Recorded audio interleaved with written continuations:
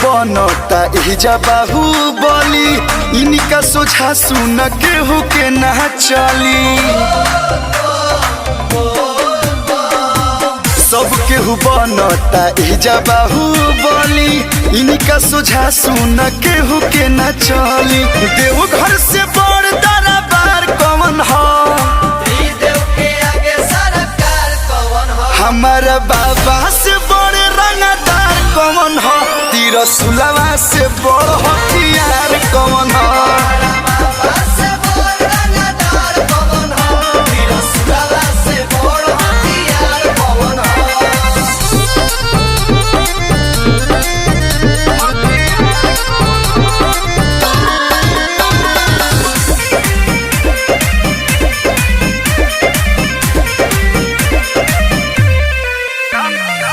नामी से इनका तो मिलेला पावर, कान्हा पे जे भी उठा लेला कावर।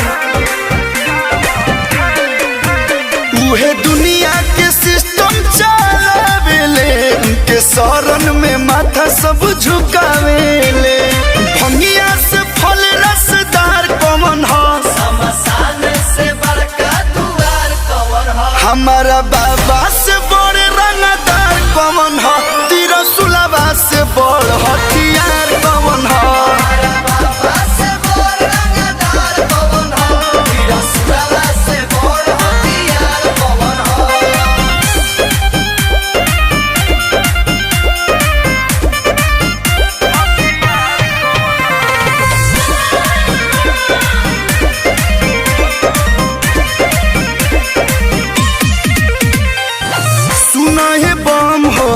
खींचा चिलम हो, बाबा के बूटी से मिली तहरा दम हो।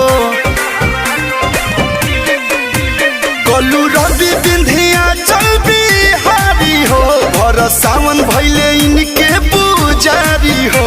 इनके अखिया के आगे अंगार कौन हो, हमारा बाबा से बड़े रंगदार कौन हो, तिरसुलवा से बड़ हथियार कौन हो।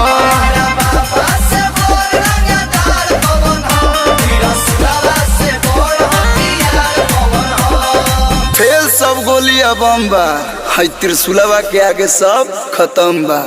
नमः पार्वती पतये हर